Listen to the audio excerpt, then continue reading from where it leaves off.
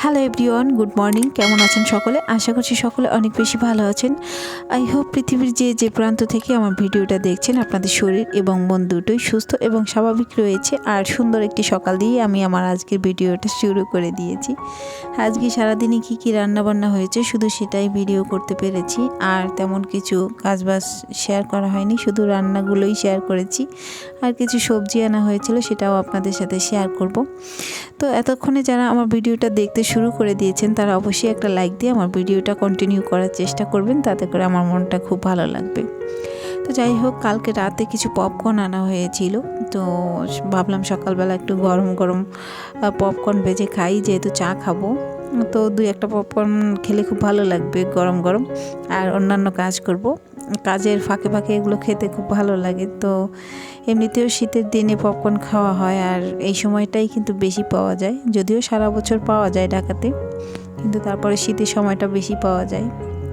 এখন তো শীতের সময় জায়গায় জায়গায় ভুট্টাও পোড়ানো হয় রাস্তায় ভ্যানে, তো ওখান থেকেও কিনে খাই মাঝে মাঝে। আর পপকর্নটা খেতে খুব ভালো লাগে, খইয়ের মতো লাগে। গ্রামের বাড়িতে আমরা যেমন খই খেতাম, তো এখানে তো পপকর্ন খাওয়া হয়। তো আজকে সকালবেলা হচ্ছে আমি রুটি করিনি, ভাত করেছি। তো ভাত আর ভর্তা ছিল সকালবেলাই, আর দুপুরের রান্নাটাও ওই একই সাথে করে ফেলেছিলাম। তো সবটাই আপনাদের সাথে শেয়ার করছি। আর এদিকে এই যে আমি পপকর্ন ভাজি করার জন্য কড়াইটা বসিয়ে দিয়েছি, একটু লবণ দিয়ে দিলাম। লবণের সঙ্গে একসঙ্গে ভাজলে আর আলাদা করে লবণ দিতে হয় না, এখানে লবণটা ভালোভাবে মিশে যায়। তো আমি পপকর্নটা একটু ভালোভাবে ভেজে নিলাম তেল দিয়ে, তারপরে ঢেকে দিলে সুন্দরভাবে কিন্তু সবগুলো পপকর্ন ফুলবে। আর সেইভাবেই আমি কিন্তু করেছি, এভাবেই আমি করি। আর এটা যখন ভাজা হয় আমার দেখতে খুব ভালো লাগে, খাওয়ার থেকেও এটা ভাজতে বেশি ভালো লাগে। তো দেখো কত সুন্দর হয়েছে, সবগুলো কিন্তু ফুলে গেছে। দেখো এই যে, আর যদি একটু রোদে দিতে পারতাম আরও সুন্দর হতো। যদিও আমি রোদে দিতে পারিনি, কারণ হচ্ছে ছাদে যাওয়া হয় না, অনেক দিন হয়ে গেছে। আর ছাদটা তেমন একটা খোলা থাকে না, যে কারণে ছাদে যাওয়া হয় না। তো এই যে দুইবারে ভাজলাম, এতগুলো এক করেই ভেজে নিয়েছি।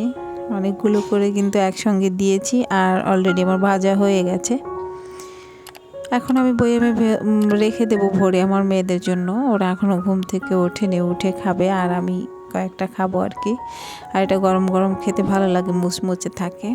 দেখতেই পাচ্ছ, এটা আসলে খাওয়ার থেকে দেখতে বেশি ভালো লাগে, ভাজার সময়টা আরও বেশি ভালো লাগে। তো এই যে দুপুরের রান্নাটা একসাথে বসিয়ে দিয়েছি, আর ভর্তা ভাত তো হয়ে গেছে।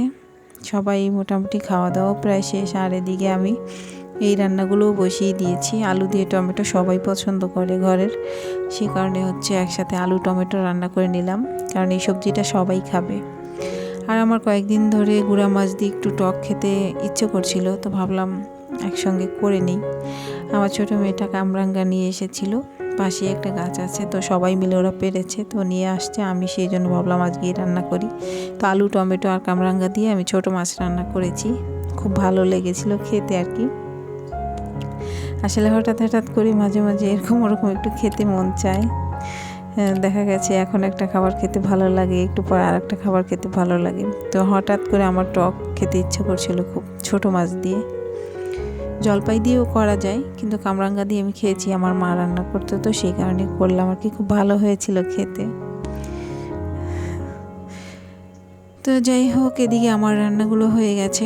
কই মাছ দিয়ে হচ্ছে আলু টমেটো, এই খাবারটাও অনেক টেস্টি হয়েছিল আজকের এই রান্নাটা। আর এমনিতেও এই রান্নাটা খুব ভালো লাগে খেতে, আলু টমেটো হলেই হয়েছে। তো যাই হোক গাইস, কিছু বাজার আনা হয়েছিল।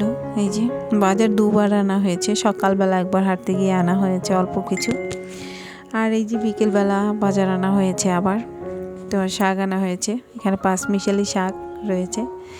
আর এই যে মেয়েদের জন্য ফুলকপিটা ওরা পছন্দ করে বলে সব সময়ই কম বেশি একটা রাখা হয় আর কি ঘরে। আর কয়েকটা মরিচ আনা হয়েছিল, মানে সবজির সঙ্গে 20 টাকা বেশি ছিল আর কি।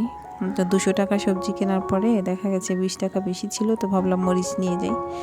মরিচটা সব সময় ঘরে রাখি আর কি, কম বেশি কাঁচা মরিচ খেতে খুব ভালো লাগে।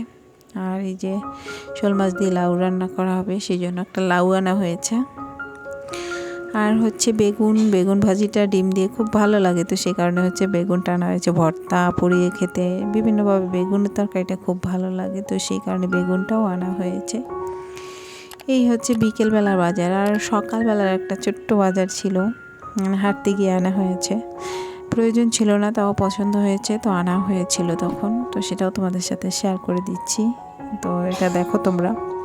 তো আমার নতুন বন্ধু যারা আসছো আমার ভিডিওতে তাদেরকে অসংখ্য ধন্যবাদ, যারা পুরানো রয়েছে আগে থেকে তাদেরকেও অসংখ্য ধন্যবাদ। একটা সুন্দর কমেন্ট করে যাবে আমার ভিডিওটা কেমন হয়েছে। আশা করছি তোমাদের ভিডিও দেখতে দেখতে ভালো লেগে যাবে। তো যাই হোক, এগুলো আমি এখন রেখে দেবো। আর এই যে সকালবেলা কী কী আনা হয়েছিল এই যে তোমরা দেখে নাও, আর এদিকে আমি বিদায়টাও নিয়ে নিই। তোমরা ভালো থাকো, সুস্থ থাকো, সকলের জন্য শুভকামনা রইল। পরবর্তী একটা ভিডিওর অপেক্ষা করবে। যারা আমার চ্যানেলটা সাবস্ক্রাইব করে রেখেছো আগে থেকে তাদেরকে অসংখ্য ধন্যবাদ, আর যারা এখনও করনি অবশ্যই করবে। যারা পুরনো রয়েছে তাদেরকে অসংখ্য ধন্যবাদ।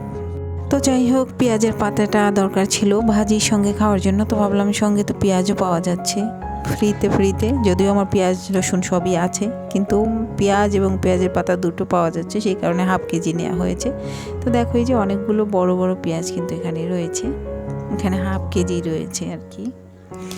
তো অনেকগুলো পেঁয়াজও হয়ে গেল।